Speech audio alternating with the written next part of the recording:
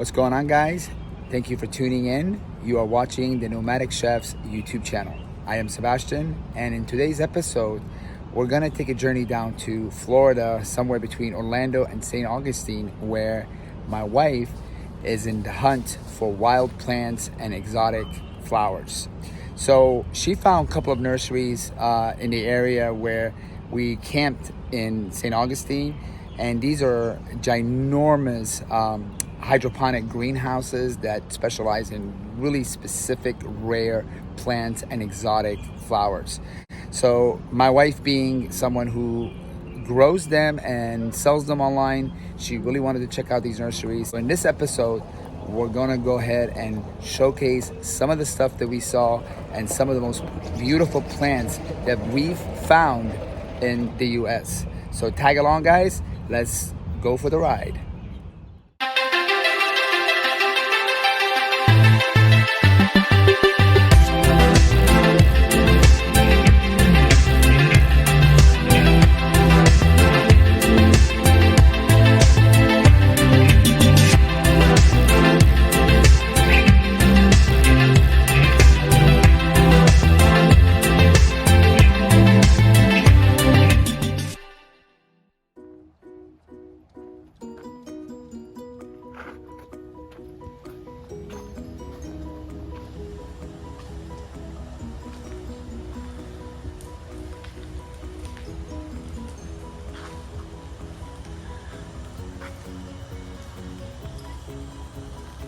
Oh, she is in heaven right now.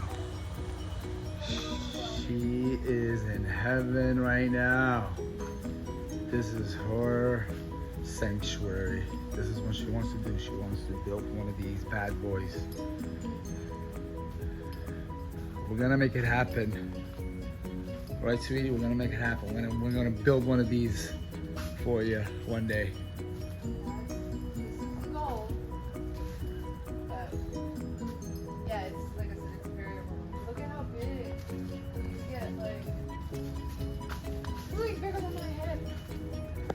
Wow.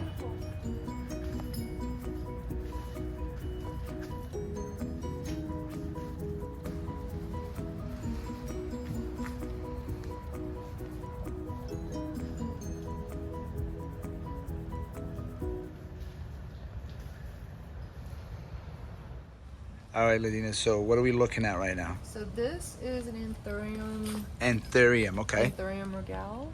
Okay. I think is how you pronounce it. Now, as you can see, it's like bigger than my head. These get super large. These are all tropical plants. You can find these in Ecuador, I think Colombia. But this is heaven for plant collectors. And if you don't know anything about plants, like before the pandemic, something like this, you know, like a monstera, for example, the kind you see with like the split leaves, they call it the Swiss cheese plant. Some of these plants would go for like, you know, maybe $20 to $50. After the pandemic hit, people were bored sitting at home. They started getting into plants, and now some of these plants will go for thousands of dollars. Like I have one plant at home that, I mean, I got lucky. I found a great deal, and yeah, if I decided to sell it, I could make some pretty good money off of it. All right, so this isn't just a passion, but it's also has a potential to become a very lucrative business, sounds like. Yeah. Now, I'm the type of person where before the green thumb, I did not have a green thumb. I had a black thumb. I killed everything. Plants came to me to die. But I don't know. Like, I don't know if it's because I'm older, more mature, or I'm just like taking the time to actually research. But yeah, I have found some plants and they are thriving with me. It's not to say I haven't killed anything, because I have killed some plants that actually made me cry. But yeah, I mean, people are going crazy for this stuff, and I made a special trip to Apopka, Florida, just so I could come here to this Yep, we traveled 500 mile to northeast Florida so Ladina could have her plants. She's in a happy place. And this is just one of like 5 stops today. Lovely.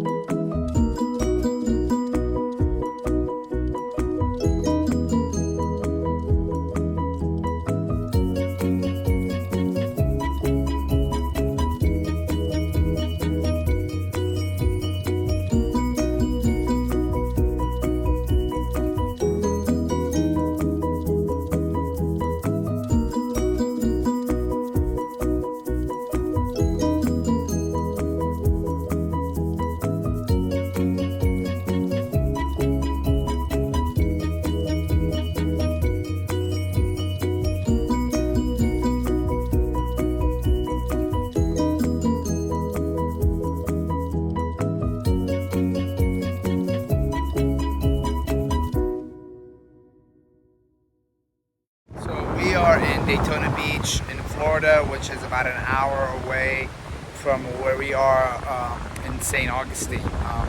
And for those of you that have been following our journey, you know that we were down here because my wife wanted to pick up some exotic plants from a very popular nursery here in Florida. And all of this is happening on our way back to DC after I finished my tech school in Athens, Texas to become a certified RV tech and an inspector. And my wife joined me when I was done with school.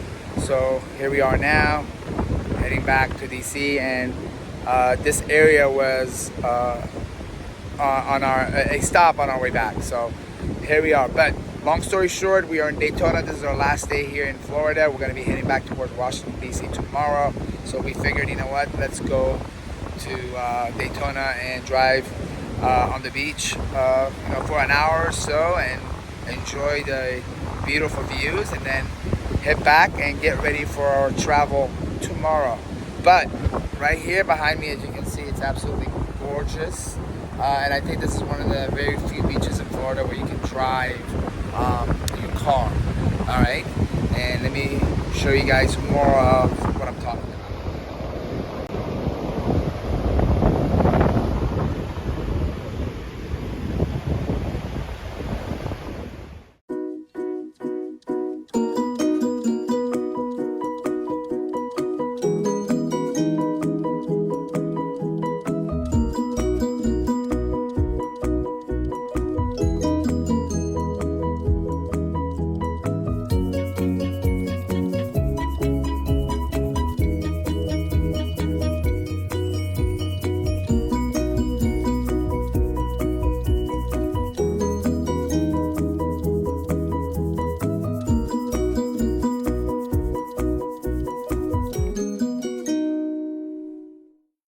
Alright, Ladina, so are you enjoying your little beach drive with me?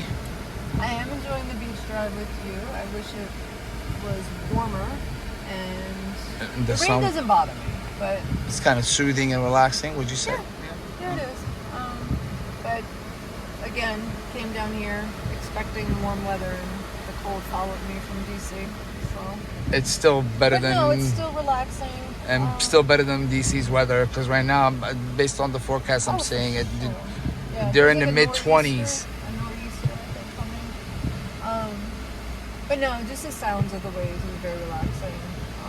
Watching the birds, like racing with the truck, looking for food, hoping I'm gonna feed them. It's fun. Awesome. Cool. Well, we got another 3 miles of this drive before we get out of the area and head back to St. Augustine. We're gonna go try to check out I guess the Old Town St. Augustine, which is right. Yeah, Old Town. It's the Old Town St. Augustine. We're gonna go check that out, and then we're gonna grab something to And eat. then I'm going to look for the Fountain of Youth.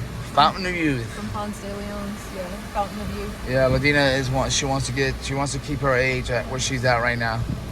So we'll see how If I could reverse it maybe a little. So. yeah, and let's see if we can stop our age, stop aging at this point where we are right now, our lower 40s. A couple gallons in from the front of you. All right, so follow us along like you have been, guys, and we will be at the next location shortly. We have arrived in Old Town St. Augustine, and we are walking towards Treasury Street, if I'm not mistaken. And this street is very, very old. It's one of the first streets that was actually built in America, and it was built in what year, babe? Oh, what year was it built? Oh, yeah. It was like this is like 400 years ago. Sorry, we have to get a little. Like the 1500s, I think. Yeah, it was built in the 1500s. I think. We think, but I will make sure we have the accurate information. I'm gonna put it in captions in the bottom of the screen, so you should be seeing that right in any second. But I can tell you, it's 7 feet wide. It's 7 feet wide, and the reason why they built it so narrow was because they were trying to prevent pirates from coming into town, stealing goodies, and taking off. So the street was from the ship to the Treasury Department. Oh, okay. So while you're taking the money from the ship, I could come and snatch your money. And so they made this street. I mean, this is the story behind it.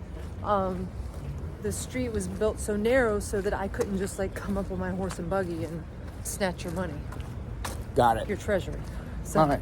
So it is the narrowest street in the country. Yep. So we are going to check out the narrowest street. It's actually right here in front of us. Yeah, it's right here in front of us. Let's take a look. This is the street coming from the port to where they would go for the treasury. Ah, okay.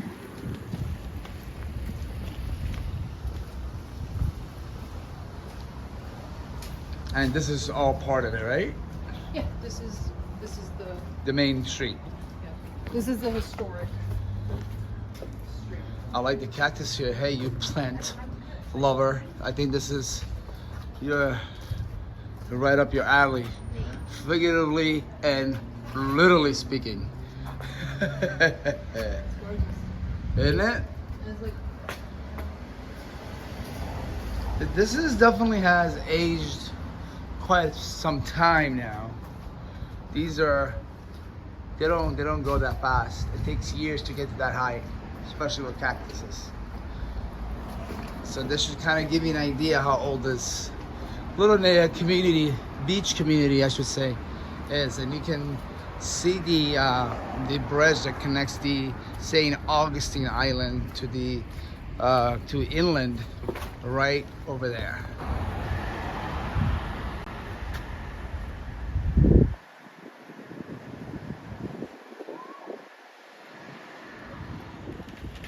We have arrived at Castillo de San Marcos National Monument, which is also known as the St. Augustine Fort. And this fort was built in the 1600s, and we're going to walk across the street to check out the area.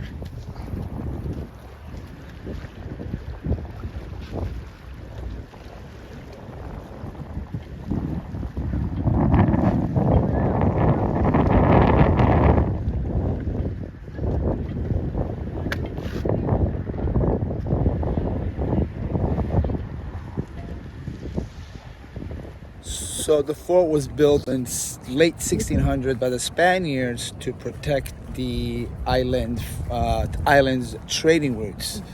And it is known this fort was built so tough that there were never any successes as far as trying to penetrate the walls. And if you were to look at the walls now, you can still see the bullet holes from that era. So like in 1702, it went through a siege that lasted 2 months, and wow, cannonballs were just like firing at it, and the stone that was used to build the fort just like it absorbed the cannonballs. Wow. So it's known for being unbreakable. So we are going to try to see those if that's possible, but if not, we're going to show you as much as we can, okay? So of course, you know, COVID is playing a huge role in the closures of a lot of these national parks, unfortunately. But it is what it is. You just gotta make the best out of it. It's made from The wall is made the wall from... is made from a sedimentary rock known as coquina. Oh wow, okay. Coquina is formed from the left behind shells of dead marine creatures, Oh. allowing the material to shuffle itself around projectiles to absorb impact like foam instead of solid rock. Wow, okay. So that's why it absorbed cannonballs. So that's why it was able to absorb the cannonballs. Got it. All right. Well, let's see if we're able to get in or not. So we actually got lucky because the park closes at 5:30, and we made it here just in time to be able to do a 30-minute walk through the fort. So so please take our apologies if we're not able to give you a very detailed tour of this national park. However, I'm going to do my best to cover every part of it. Okay. You can see the stone, like the shells. Yeah, and the walls are made from marine shells. Coquina, which is made Coquina. of Yeah. And that's why it was able to absorb all those impacts from the bullets and cannonballs and all that. It is sort of like foam. Very cool. Very, very cool. Let me do a little bit of... Wow, you can see the shells in the walls. We are arriving at the entry.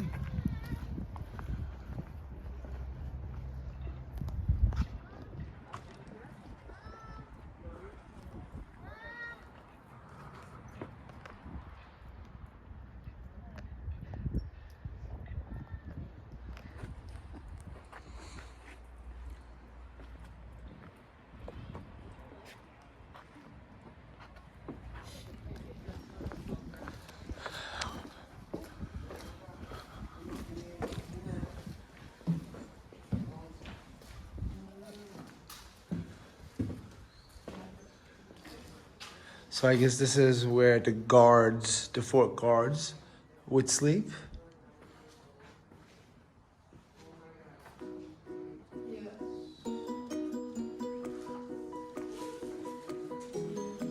Wow.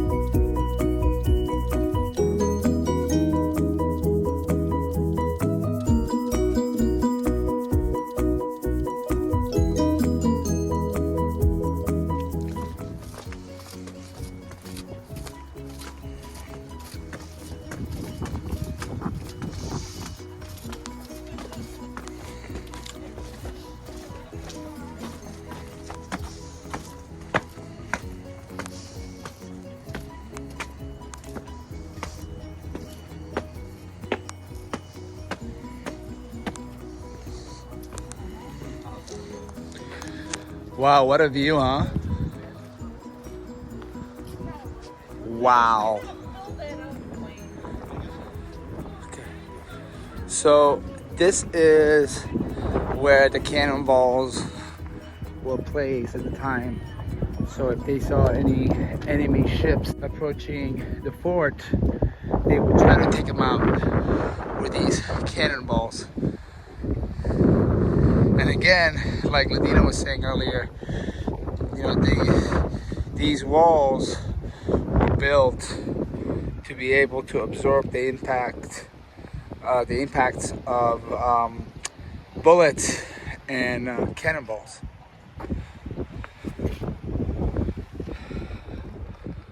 These walls are just unbreakable, and they've been here for so long, for over 500 years, and they, granted they are maintained, but still they're able to to really stand against the hurricanes and storms and all sorts of impacts that a regular sticks and bricks would get.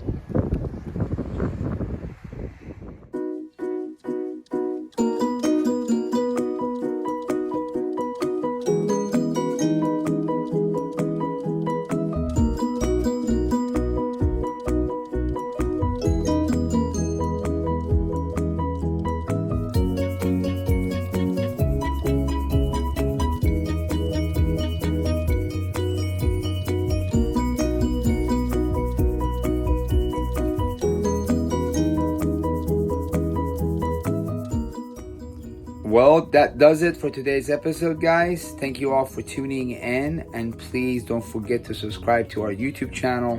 Give us a thumbs up.